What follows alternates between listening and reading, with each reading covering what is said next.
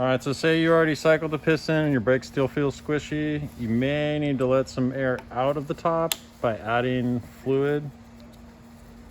So all of our brakes have a bleed port similar to this one. You're gonna remove the bleed port and put a little funnel on there.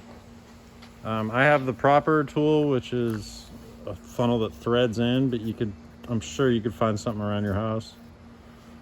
So we're gonna go ahead and cycle this one more time.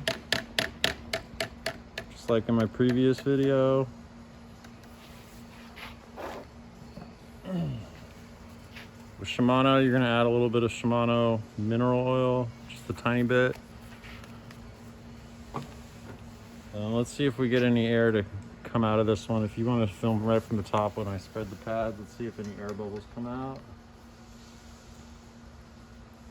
Oh yeah, good amount.